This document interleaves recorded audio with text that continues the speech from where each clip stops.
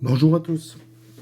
J'ai le plaisir aujourd'hui de vous présenter ce châssis modifié qu'on va appeler pour le moment GT8, IGT8 GT Rhine, donc pluie. C'est un châssis, si vous suivez un tout petit peu GT8 Racing Team, que vous avez déjà vu sur une petite vidéo que j'avais fait au championnat d'Europe à Zagreb. Là, il est dans sa configuration finale. Et les premiers essais qui ont été faits justement à Zagreb le mardi soir, enfin fin d'après-midi plutôt, où la piste était bien mouillée, ont donné des résultats qui étaient tout à fait satisfaisants et prometteurs. Donc là, elle tournait encore à Zagreb avec des pièces bricolées, on va dire. Maintenant, on est plus dans une version définitive. Et maintenant, il faut voir si elle sera commercialisée, ça c'est sûr. Maintenant, comment elle sera commercialisée, ça reste à définir avec les propriétaires de la société IGT8, savoir si ils pourraient me fournir des kits directement avec les pièces qui ont été modifiées sur ce châssis, ou si c'est à GT8 Racing Team France de fournir les pièces. On verra, ça c'est des détails. À savoir que ce châssis de toute façon ne sera pas plus cher que les autres. Deux solutions, soit faire un rétrofitage de châssis sec en châssis pluie. Ça représente quand même pas mal d'argent parce qu'il faut changer beaucoup de choses. Ou alors de prendre directement le châssis pluie. Voilà. Donc qu'est-ce qui a été fait sur ce châssis par rapport à un châssis normal? La première des choses, et je pense qui est absolument primordial, c'est le diff central. On le voit un petit peu mieux depuis dessous. On le voit ici. Donc c'est un diff central qui a été récupéré sur le modèle TT électrique. Adapté dessus une couronne mi-plastique, mi-acier. Donc ce qui est en contact avec le pignon acier et du plastique. Le centre est en acier. Il a fallu faire des modifications sur les cardans. Heureusement, là aussi, on a pu récupérer des pièces du TT. Ensuite, comme le diff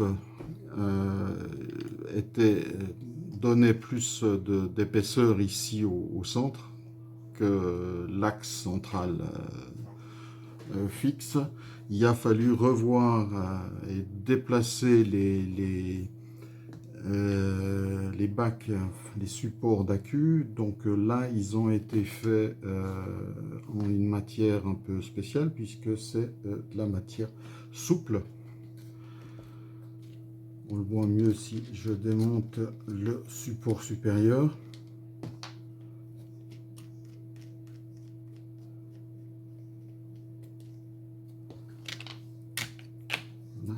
On fait comme ça pour changer l'accu.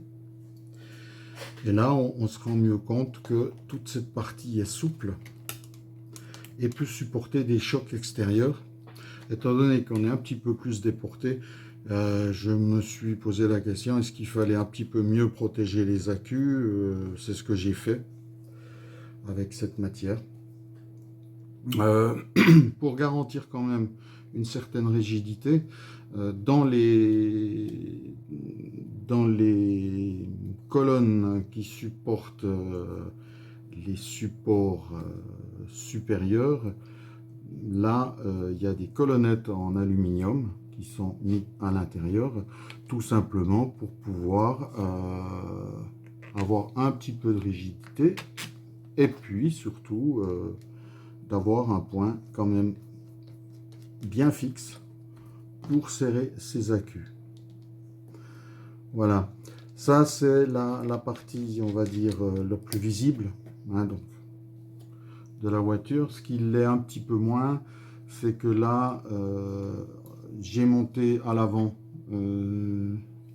la même chose d'origine, mais en plus de flex, c'est-à-dire que le carbone est moins épais. À la place de 2,5, il fait 2. À l'arrière, on a un support qui est repris de la GT8 thermique. Là encore, c'est toujours pour ajouter du flex. Et les amortisseurs ont été changés, enfin, c'est toujours les amortisseurs d'origine, simplement dedans, on a de l'huile beaucoup plus fluide, et on a des ressorts beaucoup plus mous à l'avant et à l'arrière. Il y a les supports, les deux supports d'amortisseurs qui sont une version spéciale, puisque c'est une version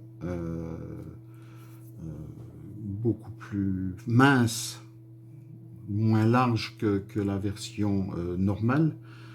Et les supports d'amortisseurs inférieurs, eux aussi, ont été changés par des supports beaucoup plus courts, ce qui donne moins d'angle aux amortisseurs et qui permet à la voiture de mieux pivoter. Dans les choses qui ont aussi été revues un petit peu, c'est la chasse. Là, on a encore en phase d'essai pour définir les inserts de chasse définitifs qui seront dedans. Mais bon, ça devrait être très bientôt validé. Et puis, sinon, on retrouve, et au niveau des pièces, toutes les pièces d'origine qu'on peut trouver sur une GT8 électrique actuelle.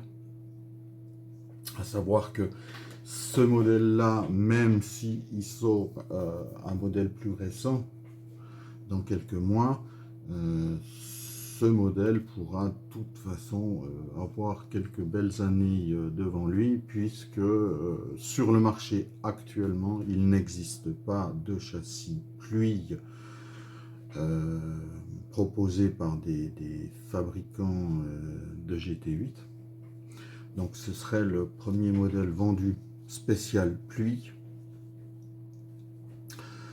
L'électronique à monter dessus, au choix du client, naturellement, on essayer de mettre du matériel étanche, de mettre un cerveau étanche, et c'est parti.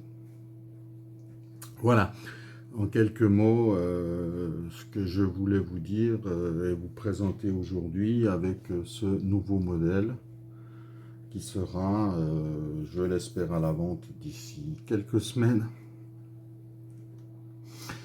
Et nous ferons encore quelques essais avec pour nous, mais à ce moment-là, ce sera plutôt, ça changera absolument rien, ce sera simplement du réglage par rapport à une piste. Mais on se retrouve vraiment avec une voiture qui est complètement prête pour la pluie. Voilà. Je vous souhaite une bonne journée.